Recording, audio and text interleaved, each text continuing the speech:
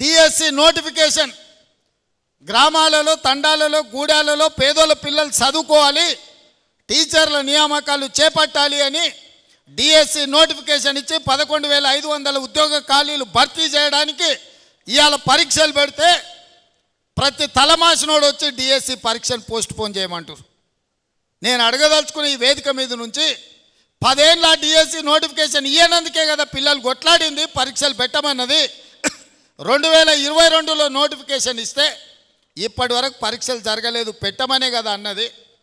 మనం calendar date ప్రకారం ఇవాళ డిఎస్సి నోటిఫికేషన్ ఇచ్చి పరీక్షలు పెడుతుంటే కొంతమంది టీఆర్ఎస్ సన్నాసులు పరీక్షలు రాయనోళ్లను చదువు రానోళ్లను ఇవాళ ప్రభుత్వం పరీక్షలు వేయాలంటారు.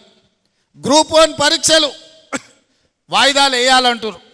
2022లో ఆనాడు 1:50 లాగా నోటిఫికేషన్ ఇచ్చి పరీక్షలు పెట్టాలనుకున్నారు. పెట్టిన పరీక్షల ప్రశ్నపత్రాలు జిరాక్స్ సెంటర్లలో ఎక్కడ పడితే అక్కడ చౌరస్తాలలో పల్లి బఠానీలు అమ్మినట్టు అమ్మితే పరీక్షలు రద్దయిపోయినాయి. మనం వచ్చిన ఎంబడే గ్రూప్ 1కు నోటిఫికేషన్ ఇచ్చి ప్రిలిమినరీ ఎగ్జామ్స్ మొత్తం నిర్వహించి సరైన సమయంలో 4 లక్షల మంది విద్యార్థులు పరీక్షలకు అప్లికేషన్లు పెట్టి 3 లక్షల మంది పరీక్షలు రాసి నిన్నగాక మొన్న 31,000 మందిని ఈ పరీక్షలకు పాస్ చేసి గ్రూప్ 1లో ప్రిలిమినరీ రిజల్ట్స్ ఇచ్చినాం.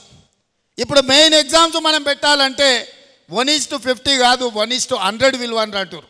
అంటే ఒక ఉద్యోగం ఉంటే 50 మందిని ప్రాథమిక పరీక్షలలో పాస్ చేసి మెయిన్ ఎగ్జామ్స్కు పిలుస్తామని చెప్పినాం. సగం దూరం వచ్చినాక ఇప్పుడు 50 కాదు 100 మందిని పిలువ అంటున్నాం. ఏందయ్యా ఈ దొంగన కొడుకుల ఆలోచన అంటే 1:100 పిలువంగానే కోర్టు స్టే ఇస్తుంది, పరీక్షలు రద్దు చేస్తుంది. నువ్వు నోటిఫికేషన్లో 1:50 ఇచ్చి పరీక్షలు అయిపోయినాక 1:100 ఎట్లా పిలుస్తావు? ఒక ఉద్యోగానికి 50 బదులు ఒక ఉద్యోగానికి 100 మందిని ఎట్లా పిలుస్తావు? అది తప్పు అని కోర్టు పరీక్షల్ని రద్దు చేస్తుంది. మళ్ళీ మొదటి నుంచి మొదలు పెడితే మళ్ళీ ఏడాది పోతుంది. 2011లో నోటిఫికేషన్ గ్రూప్ 1 ఇస్తే ఇప్పటి వరకు 13 ఏళ్ళలో ఇంతవరకు పరీక్షలు జరగలే, నియామకాలు చేయలే. వయసులో ఉన్న పిల్లగాడు మధ్య వయసుకు వచ్చాడు, పెళ్ళైనోనికి పిల్లలైన వాళ్ళ పిల్లలు బడికి పోతున్నారు, పరీక్షలు మాత్రం పూర్తి కాలే. నేను ఏదైనా చేసి డిసెంబర్ లోపల పరీక్షలు చేసి దాదాపుగా 1000 మంది గ్రూప్ 1 ఆఫీసర్లను తెలంగాణ రాష్ట్ర నిర్మాణంలో ఫలితాలు ఇచ్చి వాళ్ళను అధికారులను చేయాలని నేను చూస్తుంటే ఈ దొంగలంతా గూడు పుటాని చేసి ఆ పరీక్షలు పోస్ట్పోన్ చేయమంటారు.